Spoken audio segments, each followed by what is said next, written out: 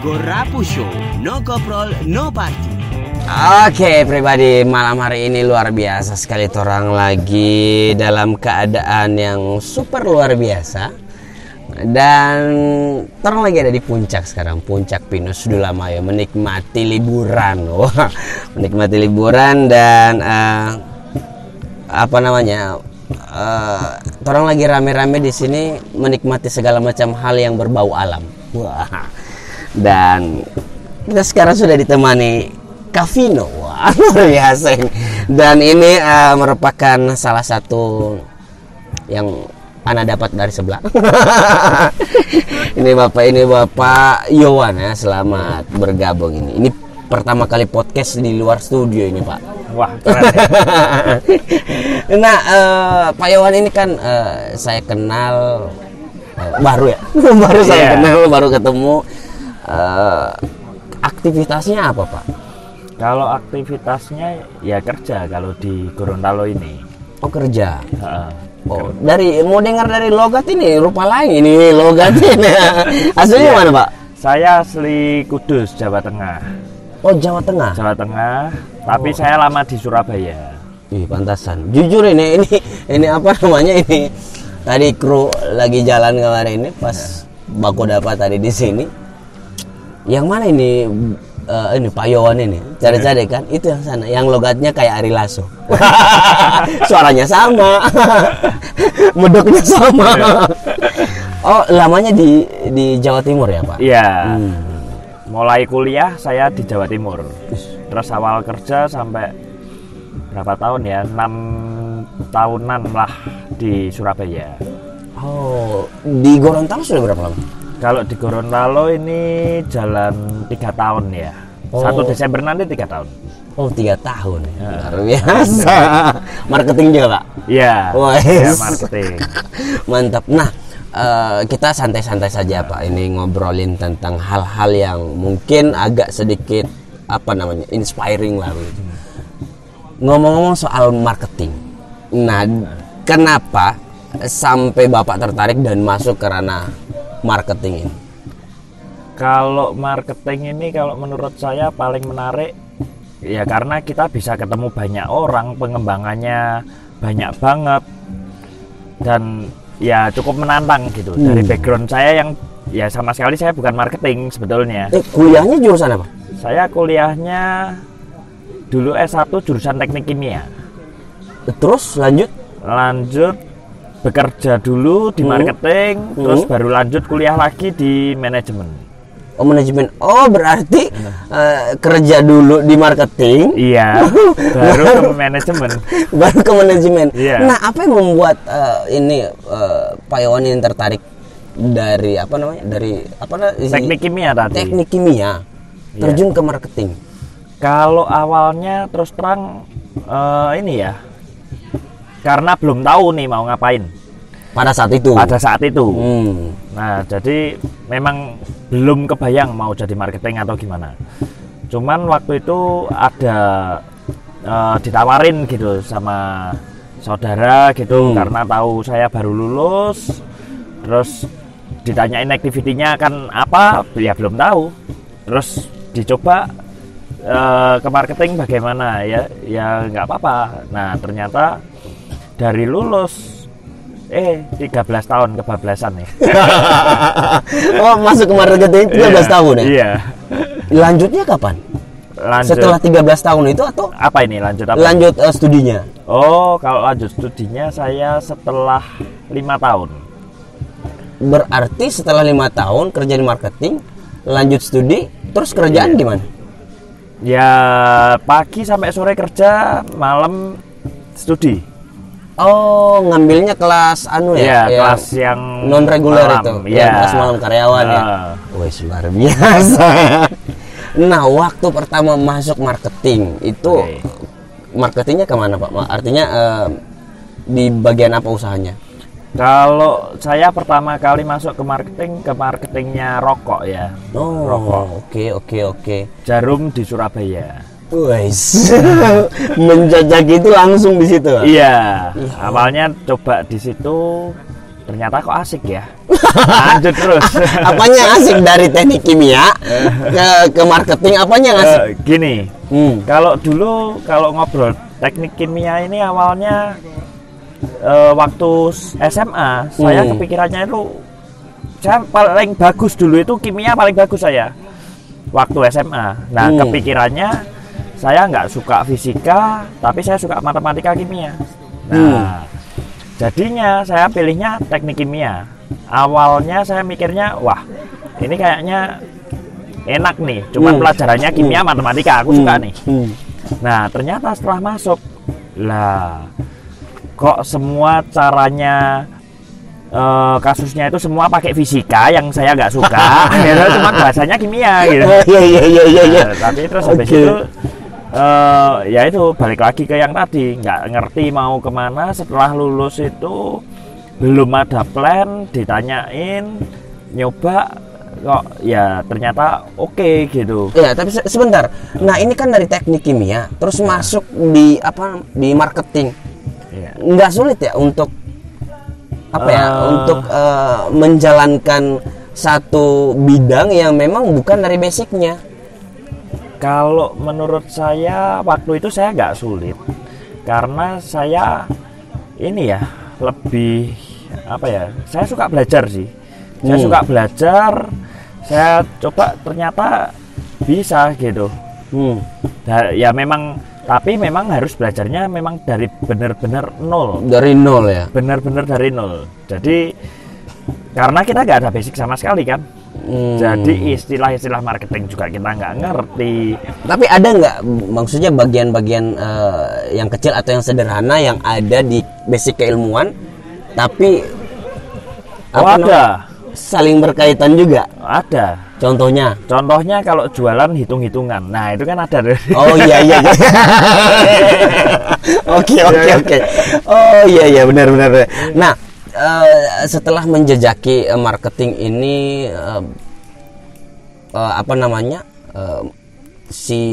yang basic keilmuan ini sudah mulai kan, oh ternyata nggak sesuai ini, nggak linear. Iya. Nggak nyambung sama sekali. Ya, tapi mungkin lebih ke ini ya, logika berpikirnya dipakai. Oke. Itu yang paling membantu gitu di dunia marketing ini. Iya. Nah setelah itu baru kepikiran lanjut untuk marketing. Kita kan sekarang udah marketing nih sekarang, berarti lanjut studinya manajemen. Iya. Tapi nggak linear juga kan Pak? Kalau kebetulan kalau di marketing ini yang saya gelutin saat ini, kebetulan kalau di awal-awal memang nggak nyambung tuh. Nah karena ya memang saya yang jadi sales, saya yang canvas. Jadi mau nge-manage apa ini kan gitu. Oke. Nah, tapi ternyata setelah bekerja seiring berjalannya waktu ya ternyata mulai nge-manage orang gitu. Nah, kalau manage orang ya udah belajarnya di manajemen. Iya. Awalnya kepikirannya begitu. Jadi sekarang dari fase yang nol tadi ke manajemen itu bertahan sampai sekarang kan? Iya. Sudah berapa tahun? Sampai sekarang 13 tahun ini. Wih, berarti senior ya. Oh iya, Kak. Jurusnya sudah macam-macam ini. Nah, ini yang menarik, yang paling menarik ini dari Pak Yowan ini kalau saya lihat. Orang dari basic kimia terjun ke marketing. Sekarang ada di atas gunung. Maksudnya apa? Ini lebih tidak linear ini Pak. Maksudnya apa? Nah, kalau ini di atas gunung ini kebetulan ya, kebetulan ada hari libur tadi udah disebut di depan ya kan. Yang kedua memang ini kan tim kita satu keluarga di sini, tim saya yang di kantor ya kita saya lebih ngedeketin secara personal ke tim person to person. Jadi momen ini saya manfaatin gitu. Lagi libur. Iya, lagi libur. Terus juga kita coba cari aktiviti-aktiviti yang positif buat ngedeketin, buat lebih kenal mereka. Karena kalau judulnya kita ngobrol di kantor, itu akan lebih canggung dan lain sebagainya. Tapi kalau seperti di atas gunung seperti ini. Wah, ini jadi teman semua nih. Oh, Nah, kalau iya, jadi iya, teman iya. semua, kita gampang nih. Jadi enak ya. Jadi enak. Kopi dulu lah, Pak. Iya, iya. Kavino. Nah, kita lanjut lagi, Pak. Ini kan sekarang maaf nih, Pak, saya mau tanya nih. Jabatan yang Bapak apa namanya? Pegang sekarang ini jabatan apa? Kalau jabatan di sini lebih ini title-nya atau apanya ini? Atau kapasitasnya? job-nya? Oh, kalau namanya aja itu Brand Sales and Promotion Manager, Marketing Manager, Brand Sales and Promotion, and Promotion, Deputy Marketing Manager. Deputy Marketing. Panjang sekali Pak jabatan ini, Pak. Itu ngurusin apa di situ? Nah, kalau secara skupnya kita ya tetap intinya, endingnya adalah ya jualan. Nah, tapi kalau skopnya kebetulan kita satu kantor ini ada di satu provinsi Gorontalo ini. Kita handle dari 2 kantor. Yang pertama ada di Gorontalo Kota, yang kantor kedua di Marisa. Oh. Bapak yang Skupnya. menaungi 2 ini? Iya. Oh, berarti ngurusin yang sini, ngurusin juga yang Marisa juga? Iya. Banyak sekali ya. Ya, marketing lah. Iya, marketing itu Nah, maksudnya itu di semua. dalam apa namanya sudah berada di fase yang ini. Apa sih yang Bapak rasakan di saat apa namanya sudah berada di fase ini? Tentunya tanggung jawab juga lebih Iya. besar. Terus apa lagi ya? Bagaimana sistem membangun ini biar lebih enak juga untuk kita bisa fight juga. Iya. Apa sih yang sulit kalau sudah berada di fase yang seperti ini? Kalau fase yang seperti ini yang paling susah apa Secara ya? pribadi ya. Kalau menurut saya semuanya nggak ada yang susah ya. Enggak ada ya. Nggak Kan yang ada perjalanan juga Pak menuju ke situ kan? Nah, kalau menujunya ke sini, ya kalau menurut saya banyak tantangannya. Banyak Yang tantangan. pertama, kalau kita ngobrol masalah ilmu kebiasaan nggak punya. Yang penting membiasakan itu dulu. Yang kedua, mulai dari mengatur diri sendiri, jadi sales sendiri itu kan mengatur diri sendiri ini. Ya. Kepengennya kalau kepengen achieve target ya udah kita macu diri kita sendiri. Nah, tapi kalau udah mulai pegang tim, kita gimana caranya mereka mau achieve, tapi nggak boleh kita paksa. Tapi dengan kesadarannya sendiri, itu tantangan, itu sulit juga. Yang ketiga, dengan banyaknya tim anggota, kita juga harus mengenal mereka satu persatu. One by one. Yes, kelebihannya apa, kelemahannya apa, treatment itu untuk menentukan nanti treatmentnya bagaimana supaya mereka lebih maksimal. Nah, ini kan jadi rigid banget, tapi justru itu serunya di situ. Itu malah serunya di situ. Oke. Berarti memang kapasitas itu yang sudah ada di fase ini harus bisa menaungi segala macam yang di bawah ini kan? Iya. Dan harus dimengerti satu-satu. Iya, satu-satu. Ya itu kalau saya ya. Nah, ini bisa dibilang bagi-bagi tips lah. Bagaimana untuk membangun satu sistem tim Ya. untuk fight di lapangan. Tipsnya bagaimana sih? Kalau menurut saya yang penting mereka senang dengan apa yang mereka lakukan dan nggak boleh terpaksa. Tapi kan kalau orang ini macam-macam Pak. Iya, Ada yang senang melakukan hal-hal yang tidak menguntungkan juga. betul. Ada juga yang ya dia tahu kalau memang dia punya tanggung jawab untuk itu. Betul. Nah ini bagaimana? Nah, kalau dari saya yang pertama lebih ngenalin dulu mereka, mulai dari sukanya apa, ini keluarganya Si bagaimana. koordinatornya ini ya Nggak cuma koordinatornya aja, sampai level yang paling bawah. level yang paling bawah. Ini kelemahannya apa. Nah, tapi mungkin dari awal saya belajarnya lebih ke arah, kan saya juga gantiin kan di sini. Artinya kan ada senior yang Iya, sudah mungkin pindah move ke tempat lain, Oke. mutasi dan lain sebagainya.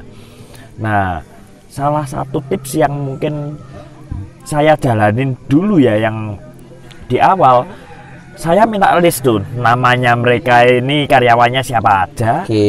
Saya minta dulu nih inputan dari yang senior saya itu. Oh, yang sebelumnya. Iya, saya tanyain dulu supaya tahu medannya ini seperti apa. Oh, begini ya posisinya, begini. Nah, ketika mereka kita baru bisa nge-treat gitu. Oke. Nah, kalau treatmentnya kita betul, mereka kan lebih nyaman dengan kita, lebih kebuka, lebih ikhlas ngejalanin kerjaannya.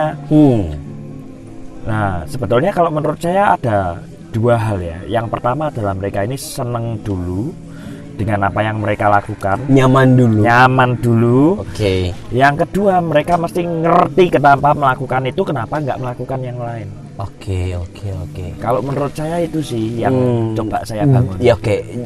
Di dalam satu perjalanan kehidupan, kan tatanan kehidupan ini macam-macam ya. Iya. Pastilah menemukan satu ya bisa dibilang lika-liku lah. Nah, di marketing pun demikian. Betul. Di marketing pun demikian. Banget. Nah, lika-liku ini kalau di dalam marketing kan tidak lepas dari target pasti. Betul. Targetnya harus ini, harus capai begini. Itu bagaimana untuk untuk bisa dibilang satu tim ini kita harus bisa achieve target itu ya, kejar target itu gimana? Saya punya cerita lucu nih waktu kemarin juga saya di marketing. Nah, ketika si yang bersangkutan si sales ini nggak capai target, terus si bosnya tanya, Pak, kenapa bulan ini kok nggak capai target? Dia cuma bilang rezeki itu sudah Tuhan yang atur. Nah, jadi ini ya mungkin ada sisi yang berbeda juga. Ketika kalau misalnya ada yang jawab rezeki itu sudah diatur Tuhan, sama target itu ya harus wajib. Ini bagaimana ini? Kalau saya ngelihatnya gini dulu, target ini mandatori. Artinya ya memang kalau di saya beruntungnya ini target itu kita sepakati dengan pimpinan. Jadi bukan cuman top to down, langsung pimpinan kamu targetnya sekian, bukan seperti itu kebetulan. Ya itu saya bersyukur banget kan. Jadi pimpinannya bisa diajak tektok, itu yang pertama. Artinya ketika kita sudah dapat targetnya itu berapa dan kita sudah tektok nih, ya saya harus tanggung jawab dong. Nah, terus gimana kalau misalnya ada jawaban yang seperti itu? Iya, kalau misalnya dulu nggak capai dulu targetnya. Nggak capai dulu, terus dijawab seperti itu kan? Ya, dalam artian Tuhan yang atur. Kalau menurut saya itu ada beberapa kemungkinan ya. Yang pertama memang orangnya ini masa bodoh, ya kan? Oke. Yang kedua mungkin orangnya gampang menyerah. Yang ketiga suka cari alasan tapi nggak tahu mau alasan apa lagi, itu yang paling gampang gitu. Nah, tapi artinya di sini kalau menurut saya kalau sampai ada yang ngejawab gitu tuh, mau kemungkinan yang manapun itu ceritanya tetap bermasalah ini. Si yang bersangkutan. Iya. Nah, kalau bermasalah ya balik lagi. Yang kalau menurut saya harus dibenerin dulu mulai cara berpikirnya, kebiasaannya. Tapi di situ juga kita harus memahami sebelum kita tanya, kita harus memahami ini kenapa kok nggak target. Apakah karena memang dari SDM kita atau memang kondisinya? Jadi memang ketika pimpinan juga punya arogansi yang luar biasa, itu malah masalah juga. Kalau menurut saya nggak begitu masalah sih. Kalau pimpinan punya arogansi. Maksudnya ini pimpinan saya atau saya sebagai pimpinan nih? Iya, bisa Bapak sebagai pokoknya pimpinan. Intinya pimpinan kalau punya arogansi. Kalau menurut saya kurang pas sih kalau pimpinan ini punya arogansi. Karena sekarang yang lebih. Iya, sekarang kalau menurut saya bukan zamannya kita itu seperti yang zaman dulu ya. Kalau zaman dulu, generasi yang dulu Kan kita ada nih, ada mulai generasi X, Ya, baby generasi boomer, X, baby Y, boomer. Z, Kalau Alpha, sekarang kan ya kan? apa namanya Zoomer. Iya sih, gitu kan. Generasi Z. Iya. Nah, kalau posisi dulu, kalau posisi zamannya generasi baby boomer atau generasi Iya, X, kita oke. ngobrolnya, mereka itu kalau kita orang Jawa ngomongnya itu mereka nerimo. Yang penting kerja, mau Kerja. dicampuk, mau pulang pagi, mau ngapain, itu mereka terima. Oke, Nah. oke. Kalau zaman itu dipakai mungkin masih oke. Masih masuk ya? Masih masuk karena informasi masih terbatas, Iya, pengetahuan iya, mereka iya, lebih iya. terbatas. Terus mereka juga lahan pekerjaan juga nggak gampang. Taunya cuma yang konvensional. Iya, iya. Jadi mereka juga berpikir istilahnya udah aku mau kerja apapun, seberapa berat pun ya oke, pokoknya bos bener. Tapi kalau zaman sekarang menurut saya itu kurang pas. Kenapa? Karena dengan mulai generasi Y sampai generasi Z ini itu mereka informasinya udah lebih bagus, cara berpikirnya udah bagus, tapi memang kalah di mental. Kenapa? Karena semakin banyak pilihan. Oke. Banyak pilihan dan ya mungkin bisa dikatakan juga banyak generasi yang apa ya? Apa istilahnya itu? Kaum rebahan. Ya, karena memang dari orang tuanya mungkin generasinya kita yang seumuran dengan kita ini itu kan kalau generasi atasnya relatifly jauh lebih susah gitu. Oke. Jadi generasi kita relatif lebih dalam tanda petik sedikit dimanja. Generasi bawahnya kita lebih dimanja lagi. Nah, apalagi dengan sekarang yang bisa apa namanya banyak sekali kerjaan yang cuma dikerjakan di rumah dan itu menghasilkan. Betul. Itu jadinya orang lebih banyak pilihan gitu. Oke. Nah, kalau kita pimpinan arogan, ya mungkin ada kurang pas ya, karena kita jadi turnover SDM jadi lebih tinggi. Mereka jalaninya juga lebih apa ya? Mungkin dongkol gitu segala macam sih. Dan sekarang bagaimana kalau misalnya marketing meletakkan hal ini bagaimana? Memposisikan masalah ini. Nah, kalau saya belajar dari orang yang saya hormati, GM saya ya, saya pernah diingatkan satu hal itu, jadi leader, jadi pimpinan itu harus tegas tapi tidak harus keras. Nah, itu yang saya pakai itu. Tegas tapi nggak harus keras. Tidak keras. Oke. Sip. Tegas tapi tidak harus keras. Iya. Agak samar-samar juga maksudnya. Kan orang tegas ya pasti udah keras ya. Ya, gini nih. Mungkin saya bisa ngedescribe dari pengalaman teman saya nih. Pengalaman teman saya ini, dia bekerja di suatu perusahaan begitu. Dia saat itu posisinya adalah GM perusahaan tersebut, perusahaan multinasional, salah satu perusahaan paling gede di Indonesia nih dia. Kebetulan timnya dia, manajernya dia ini bukan tim manajernya, tim salesnya itu ada yang buat kasus nih, kebetulan uang jualan hasil salesnya dia itu dipakai untuk waktu itu dia kekurangan uang, istrinya itu melahirkan sesar di rumah sakit, tapi waktu itu HRD-nya atau bagaimana itu waktu tutup karena hari libur. Nah, si sales ini pakai duitnya dulu, meskipun sebetulnya itu di cover kantor. Iya. Tapi karena itu sedang tutup, dia nggak tahu koordinasi mau kemana karena mungkin panik atau alasan apapun lah. Oke. Yang jelas dia pakai, tapi dia ngomong terus habis itu, Pak, saya apa ya? Gupuh ini apa ya bahasa Indonesianya ya? Panik gitu. Oke. Karena udah langsung dimintain dari rumah sakit. Yang dipakai lumayan tuh duitnya, puluhan juta. Oke. Nah, si GM ini deket tuh sama salesnya. Oh, ceritanya si JM dekat sama si sales Dekat ini? sama Oke. salesnya. Jadi si manajernya ini anak buahnya JM kan. Pimpinan kantornya ini bilang sama ke GM-nya, oh ini aku ada kasus seperti ini nih, dia konsultasi. Intinya kalau si manajernya ya nggak bisa, ya ini melanggar aturan, pakai uangnya kantor, nggak izin sih tapi belakangan setelah kejadian gitu.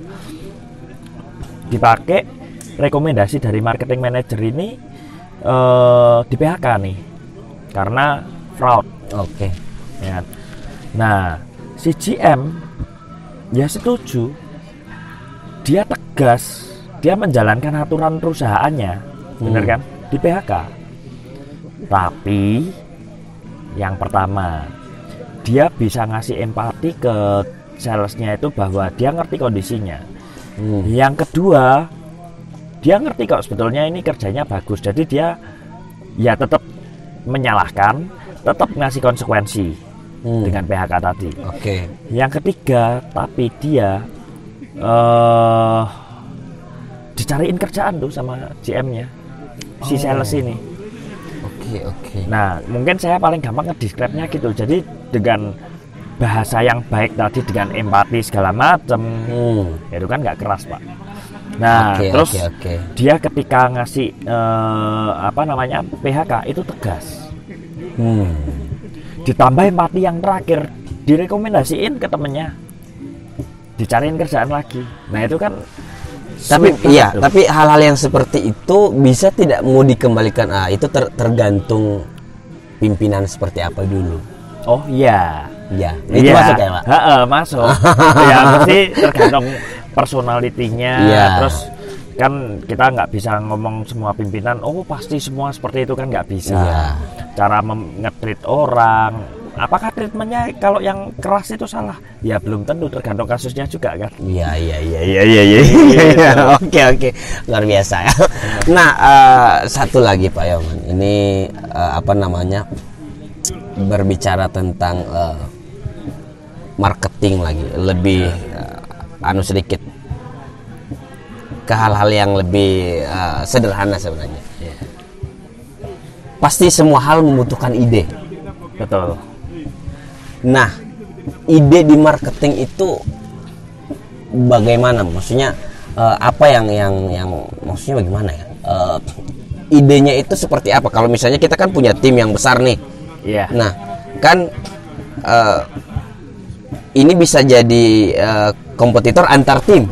Iya. Bisa jadi kan Pak? Bisa.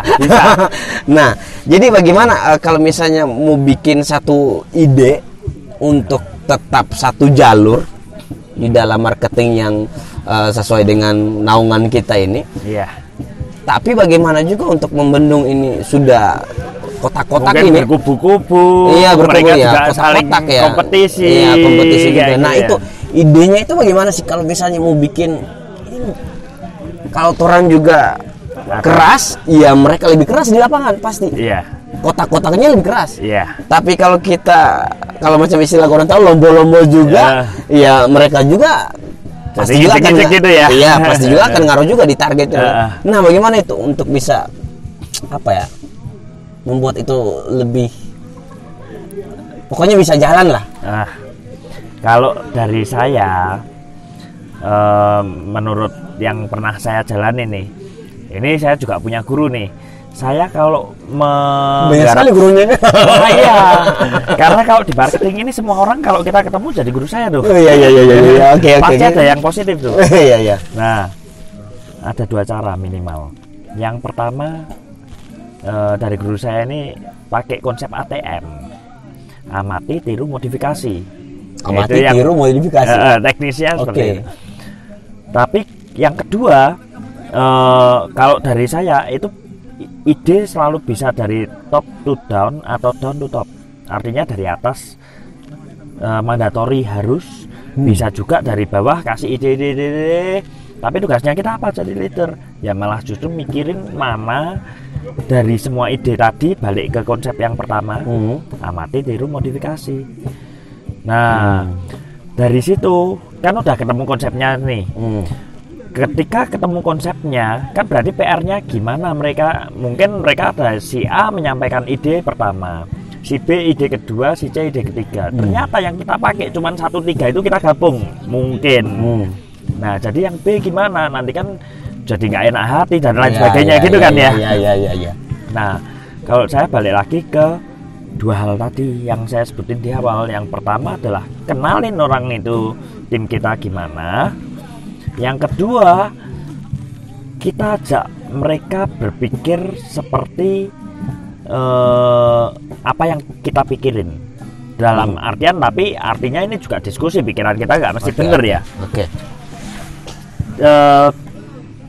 Diambil apa namanya dari personal ini ya, pendekatan personalnya dulu, personal approach-nya dulu. Kalau udah dapat, kita akan ngerti gimana caranya.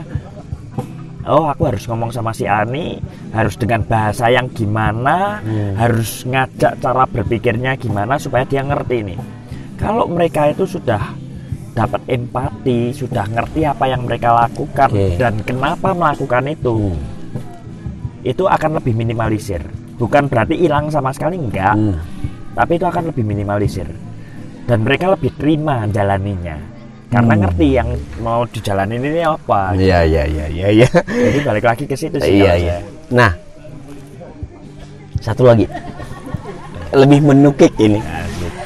Apa namanya? Biasanya seorang marketing itu kan mungkin punya sesuatu juga lain di luar.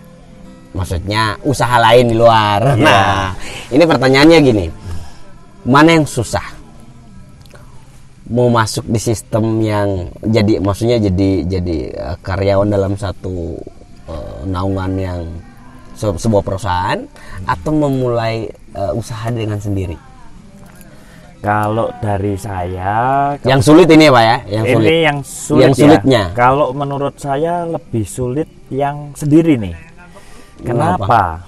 Karena kalau yang sendiri memang sih no rulesnya kita yang nentuin sendiri, kita kepengennya gimana terserah. Tapi yang jangan lupa di situ juga yang pertama ada resikonya yang lebih tinggi. Yang kedua sistemnya belum ada, karena sistemnya belum ada jadinya ini masih belajar nih kalau sendiri. Tapi kan si pelaku ini sudah belajar sistem marketing juga di perusahaan yang besarnya. Oh iya, di sisi marketingnya, tapi di sisi yang lain kan banyak hal yang mempengaruhi itu suatu usaha. Contohnya kalau dari saya ngomongnya gini, kalau seperti di perusahaan yang tempat saya bekerja, itu kita lebih mikirin marketingnya, ngembangin. Nah, tapi kan untuk produksinya udah ada yang mikirin tuh, udah jadi tuh. Untuk mungkin penggajian karyawan dan lain sebagainya udah ada yang mikirin tuh. Oh iya. Udah banyak divisi-divisi yang mikirin, mulai standar gaji, nanti itu kalau ngobrol karyawan, aturan karyawan gimana, belajar tentang aturan Depnaker gimana, itu udah ada divisinya, udah siap. Nah kita tinggal ngejalanin mikirin marketingnya. Nah kalau sendiri kan berarti banyak hal nih yang harus dipikirin sama-sama. Dan kalau cuma seorang marketing tapi nggak ngerti produk yang mesti dijual itu yang memenuhi kebutuhannya pasar itu yang gimana, atau tahu lah kalau marketing tahu, tapi bisa buatnya nggak. Nah kan banyak hal. Suatu usaha itu jalan nggak cuman semata-mata marketingnya jago, pinter jualan pasti jalan, enggak. Kan gitu. Oke. Itu baru dari segi hal-hal yang udah dipikirin nih. Belum dari segi modal misalnya. Nah dari segi modal, kalau perusahaan yang tempat saya ini kebetulan karena udah jalan, ya lebih modalnya enak. Sudah ada. Modalnya udah ada, kita nggak mikir tuh modalnya, ya kan? Iya. Masalah loss profitnya kita nggak mikir tuh. Iya. Ada yang hitung sendiri. Iya. Nah kalau usaha sendiri, ya memang lebih resikonya lebih tinggi. Tapi apapun itu kan, ya kalau menurut saya tetap seru sih mestinya. Gitu. Oke. Nah, ngomong-ngomong soal marketing, saya punya oleh-oleh. Wah, ini kaos 2. Ini Iya. kaos 2. Wah, ini juga usahanya kaos berarti. Iya, usaha kaos juga. Ini marketing ini. Marketing. Ya, untuk oleh-oleh lah. Ini khas desainnya Gorontalo. Oke. Terima kasih banyak. Itu saya yang tadi kan saya pikir ini Pak Yowan ini apa namanya? Yowan ini Pak Yowan. Ukurannya L apa M ya? Tapi saya kasih dua-dua. Ini sekarang ada L ada M-nya. Oke. Ya, terima kasih Pak Yowan ya waktunya ngomongin masalah marketing di tengah hutan di atas gunung. Keren loh. Oke, thank you. Gorapu Show, no koprol, no party.